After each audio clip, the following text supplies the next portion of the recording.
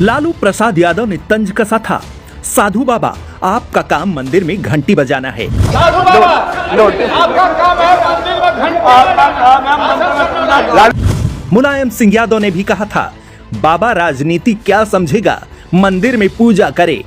ये मंदिर में पूजा करें, आप मंदिर में पूजा कर रहे हैं। उस वक्त शायद किसी ने ये नहीं सोचा था कि जिस भगवा पर मजाक उड़ाया जा रहा है, एक दिन वही सत्ता ही नहीं व्यवस्था की दिशा बदल देगा। आज वही साधु उत्तर प्रदेश का मुख्यमंत्री है, और सिर्फ मुख्यमंत्री नहीं, एक राजनीतिक ब्रांड बन चुका है। राजनीति में एक नियम है, जिसे आप कम आंकते हैं वही एक दिन आपका हिसाब बराबर करता है। आज वही भगवाधारी सिंगापुर की धरती पर उतरता है, काली गाड़ी रुकती है, दरवाजा खुलता है और उससे भगवा वस्त्रों में उतरते हैं योगी आदित्यनाथ। तो वो सिर्फ एक विजिट नहीं होती, वह एक संदेश होता है। ना उन्होंने भगवा छोड़ा, ना पहचान बदली, ना भाषा बदली। जिसे कहा गया था घंटी बजाओ, आज वही ग्लोबल इन्वेस्टमेंट की घंटी बजा रहा है। 23-24 फरवरी सिंगापुर, 25-26 फरवरी जापान। यह कोई सामान्य विदेश यात्रा नहीं है, यह उत्तर प्रदेश की आर्थिक कूटनीति का अगला चरण है। प्रधानमंत्री नरेंद्र मोदी ने न्यू इंडिया का जो विजन रखा, उसे जमीन पर सबसे आक्रामक तरीके से लागू करने की कोशिश अगर किसी बड़े राज्य ने की है तो वह उत्तर प्रदेश है। याद कीजिए, एक समय यूपी की क्या पहचान थी? गुंडाराज, अराजकता, निवेश का डर, पलायन। आज तस्वीर बदल चुकी है। पूर्वांचल एक्सप्रेसवे सिर्फ सड़क नहीं है, यह पूर्वी यूपी की आर्थिक धड़कन है। डिफेंस इंडस्ट्रियल कॉरिडोर सिर्फ प्रोजेक्ट नहीं है, यह उत्तर प्रदेश को रक्षा निर्माण के नक्शे पर लाने की रणनीति है। एक के बाद एक नए एयरपोर्ट कनेक्टिविटी को नई ऊंचाई दे रहे हैं। Data centre policy, digital economy की नींव रख रहे हैं।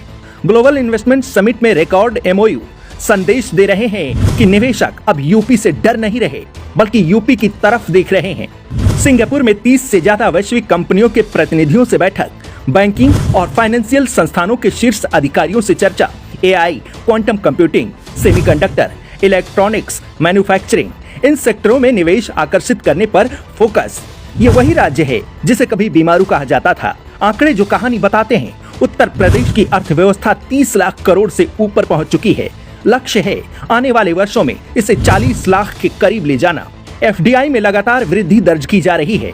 राजकोषीय घाटा नियंत्रित दायरे में लाया गया है। इंफ्रास्ट्रक्चर खर्च में उल्लेखनीय बढ़ोतरी हुई है। यह सिर्फ फाइलों की भाषा नहीं है, यह उस राजनीतिक इच्छा शक्ति का परिणाम है जो निर्णय लेने से नहीं डरती। जापान की प्रस्तावित बैठकों का एजेंडा साफ है, टेक्नोलॉजी ट्रांसफर, स्किल डेवलपमेंट, औद्योगिक निवेश। जब मुख्यमंत्री विदेशी प्रतिनिधियों से उनकी भाषा में बातचीत शुरू करते हैं तो यह सिर्फ औपचारिकता नहीं होती, यह वो संदेश होता है, हम निवेश चाहते हैं लेकिन आत्मसम्मान के साथ। यह नया मॉडल है, मंदिर भी, मैन्युफैक्चरिंग भी, परंपरा भी, टेक्नोलॉजी भी। असली लड़ाई सोच की, मुद्दा भगवा नहीं है, मुद्दा मानसिकता का है।